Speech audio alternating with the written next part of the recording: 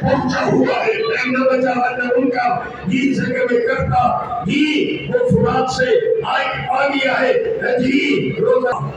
اور 3 دن جی قبور پر جی وہ روزوں پر قبور پر جی مسیح پڑھتے رہے اور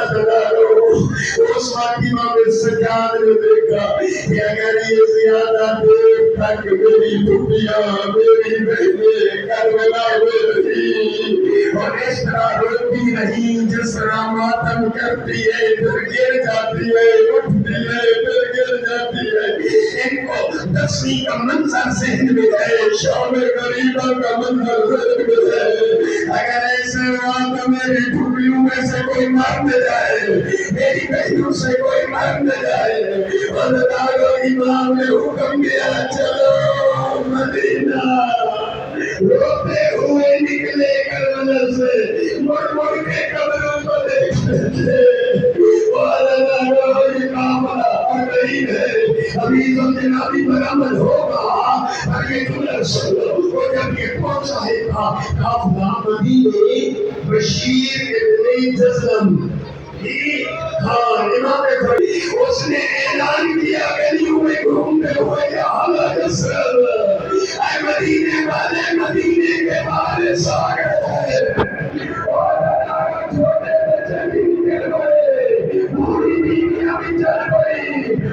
سلمہ بھی چل گئی، عباس غازی کی ماں گئی وہ بھی چل گئی، اور جناب حنفیہ بیمار تھے